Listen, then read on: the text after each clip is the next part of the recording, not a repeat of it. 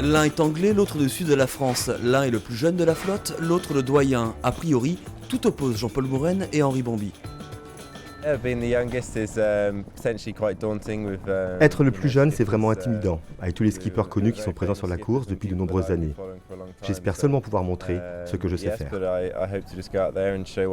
Je trouve ça très agréable d'être avec cette bande-là, surtout qu'ils sont d'une férocité terrible, quoi. Il y a une qualité effrayante en ce moment-là. J'ai presque un peu peur. Sagesse et expérience ou fougue et jeunesse, il y a bien un match dans le match. Une chose est sûre, les jeunes loups ont les crocs, les stars de la discipline sont prévenus.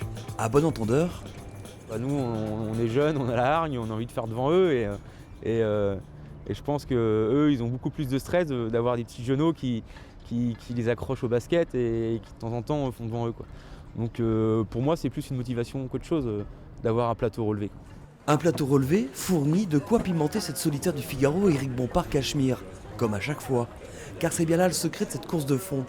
Tout le monde veut l'accrocher à son palmarès. Elle a toujours révélé des grands talents qui après continuent leur carrière au Vendée Globe, sur les transats, les routes du Rhum. Et si on le compare à une épreuve d'athlétisme, c'est un 10 000 mètres, c'est-à-dire on est toujours à fond, on a très peu de repos, le rythme est soutenu.